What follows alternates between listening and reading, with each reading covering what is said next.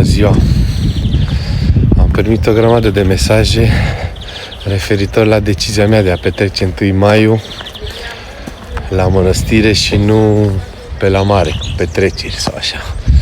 Să ne înțelegem clar, nu sunt contra petrecerilor. Merg și eu la petreceri, la cluburi, frecventez, deci nu există niciun fel de problemă. Doar că de data asta am vrut să fac ceva diferit.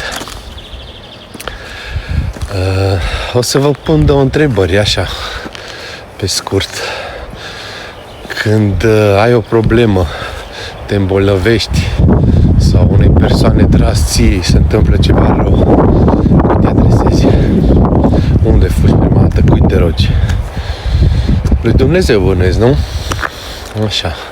Și a doua, când în viață îți merge totul foarte bine, ai părinții sănătoși, ai 2 copii minunați, ești împlinit din toate punctele de vedere, ești fericit, lucrurile îți merg bine, ai viața pe care mereu ți-ai dorit-o.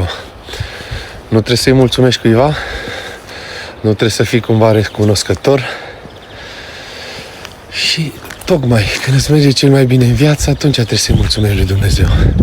Atunci trebuie să fii recunoscător și să-i arăți că ai și tu un fel de responsabilitate și mulțumire și recunoaștere pentru tot ceea ce se întâmplă bun în viață.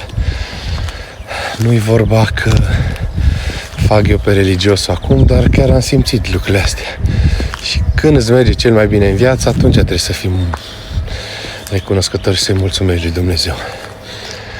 Cui să-i mulțumim? Celor care stau în jurul nostru? Din 100 de oameni care te înconjoară, 95 ar vrea să ia din parul tău. Toți ar vrea să fie în locul tău. Așteptările din partea oamenilor mereu te vor dezamăgi.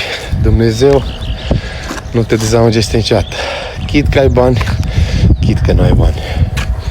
Iar faptul că ieri am atins un obiectiv, a fost o chestie ce mi-am propus de foarte mult timp, să mergem la 7 mănăstiri, să punem și un acatist, este o mulțumire și o împlinire pentru mine, cât sufletească, cât și un lucru de care sunt foarte mândru.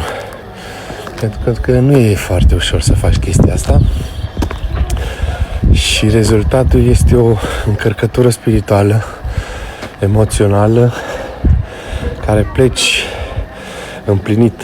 Pentru că la fel ca și corpul, și sufletul trebuie hrănit. Și el are nevoie de hrană. Cum corpul și are nevoie de refacere, de tratamente, asta e singura cale în care poți să-ți hrănești și să-ți bucuri sufletul. Așa că țineți mereu cont de lucrurile astea. Chit că îți merge rău în viață sau mai ales atunci când îți merge mai bine, te miri cât de bine îți merge, mulțumește lui Dumnezeu. Nu o să ai nimic de pierdut, din contră. Doamne ajută la toată lumea.